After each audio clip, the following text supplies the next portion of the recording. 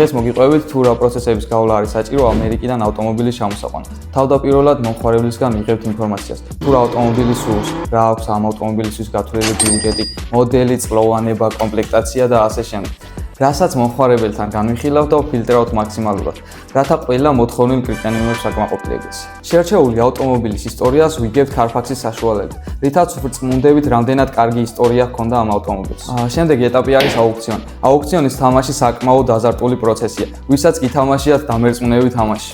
მოგების შემთხვევაში ჩვენი გუნდი ზრუნავს, მიიყვანოს ავტომობილის საწყობში და შემდეგ კი ჩათვირთოს კონტეინერში. მომხმარებელს ნებისმიერ დროს შეუძლია თვალი ადევნოს გემის გადაადგილებას. ტრანსპორტირება საქართველოსამდე დაახლოებით 2-დან 3 თვემდე სჭირდება. დამოკიდებული არის კონკრეტულ ლოკაციას.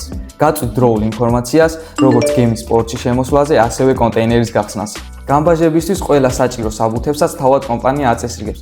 ჩვენთან ყველა პროცესი გამჭვირვალეა და მომხმარებელზე მორგებული. ასე რომ ის გადაგრჩენიათ, დაგვიკავშირდეთ ან დაგვესტუმროთ რაშიქარის ოფისში.